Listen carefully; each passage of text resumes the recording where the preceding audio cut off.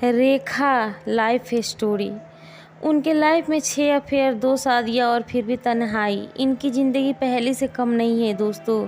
Bollywood actress रेखा की गिनती industry की दिग्गज अदाकाराओं में होती है। प्रोफेशनल ज़िंदगी के अलावा एक्ट्रेस की पर्सनल लाइफ काफ़ी विवादों से भरी हुई है।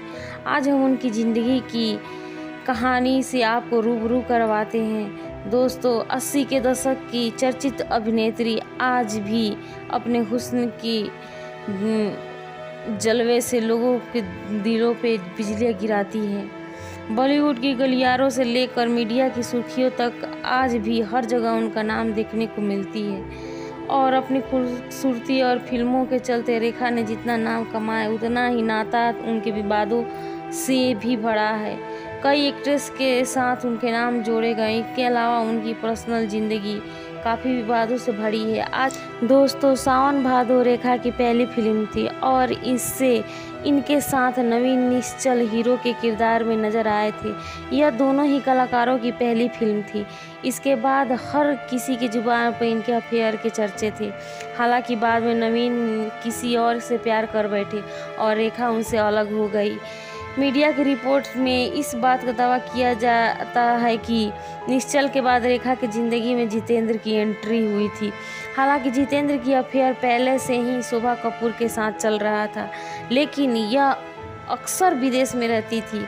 इस दौरान रेखा और एक्टर के बीच अफेयर शुरू हो गया। फिल्म बेचारा की शूटिंग के दौरान इन दोनों के बीच नज़दीकियाँ बढ़ गई और हर जगह खबरें सामने आने लगी कि दोनों एक दूसरे को डेट कर रहे हैं। रेखा के साथ अफेयर होने के बावजूद भी जितेंद्र अपनी गर्लफ्रेंड को छोड़ने के लिए तैयार नहीं थे और इस बात को लेकर दोनों के बीच अक्सर ही झगड़ा हुआ करती थी। यह भी बताया गया कि जितेंद्र को अपने दोस्तों से यह कहते सुन लिया था कि मेरे लिए बेस्ट टाइम पास है।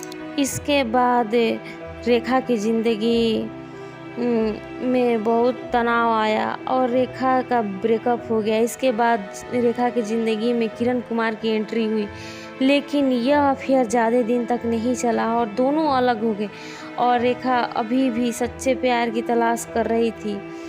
उसके बाद कुछ फिल्में में काम करने के बाद रेखा की मुलाकात विनोद मेहरा से हुई, लेकिन वह पहले ही दूर शादी कर चुके थे और उनका तलाक हो गया था। उसके बावजूद भी रेखा उनके प्यार में पड़ गई। यासिर उस्मान की किताब में इस बात का जिक्र किया गया है कि दोनों की ने कोलकाता में शादी की थी।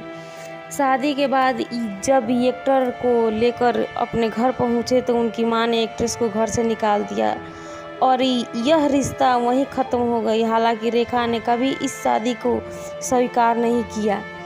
इसके बाद इनकी ज़िंदगी में महानायक अमिताभ बच्चन ने रेखा के ज़िंदगी में दस्तक दिए। महानायक अमिताभ बच्चन के साथ रेखा ने 10 फिल्में की और ऑन स्क्रीन के साथ इनके ऑफ स्क्रीन रोमांस के चर्चे भी आम हो गए। समय इस अफेयर के चर्चे हो रहे थे तब बिग बी जया से शादी कर चुके थे, लेकिन उसके बावजूद भी ऋषि कपूर और नीतू सिंह की शादी में रेखा अपनी मांग में सिंदूर भरकर पहुंची थी। यह कहा जाने लगा कि अमिताभ ने उनसे शादी कर ली है।